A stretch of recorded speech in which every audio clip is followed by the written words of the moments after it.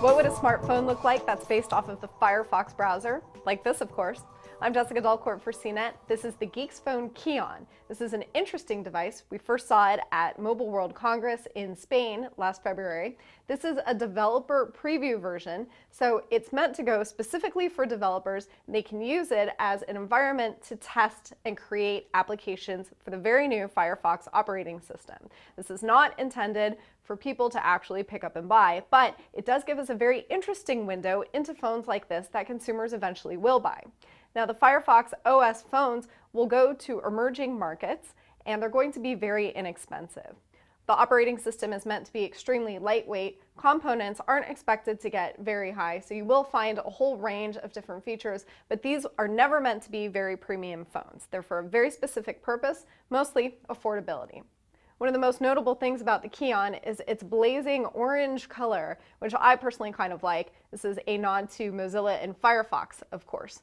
It's got a soft touch finish that I find really comfortable. It's got the sort of rounded edges on the back, makes it comfortable to hold. The screen does protrude a little bit from the sides, which kind of dampens down the comfort level just a little bit, but it does make it very easy to pop off the back cover and get to the micro SD card slot and SIM card slot underneath. The operating system itself is sort of like a cross between Android, iOS, and Windows Phone. You've got very familiar elements like a notification shade that pulls down in front. You've got a couple different home screens. There's multitasking as well. You navigate with a touch-sensitive button at the very bottom.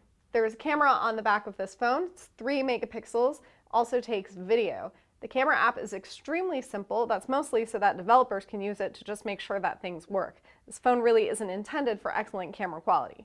Navigating the phone is pretty easy. You can slide it over to the left to get to a bunch of grouped icons. This is organized by things like social, game, music, movies, weather, and TV. So it's nice that there are a lot of apps to get started. Everything is pretty much based on HTML5, so these are web apps. One problem I had is that most of them are not yet skinned and optimized for mobile. They will be in the future because, of course, this is a developer phone, but it's nice to be able to get an idea of what the apps might look like.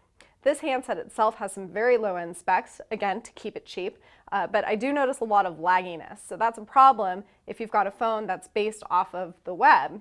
Speeds are also going to be pretty slow, 2G and 3G. There won't be any 4G support because this isn't intended for markets that really rely on 4G LTE. At this point in the game, Firefox OS is in very early development stages. We're going to be keeping an eye on that and on phones like this Keon that showcase the operating system and what it can do. It's a very interesting alternative for emerging markets.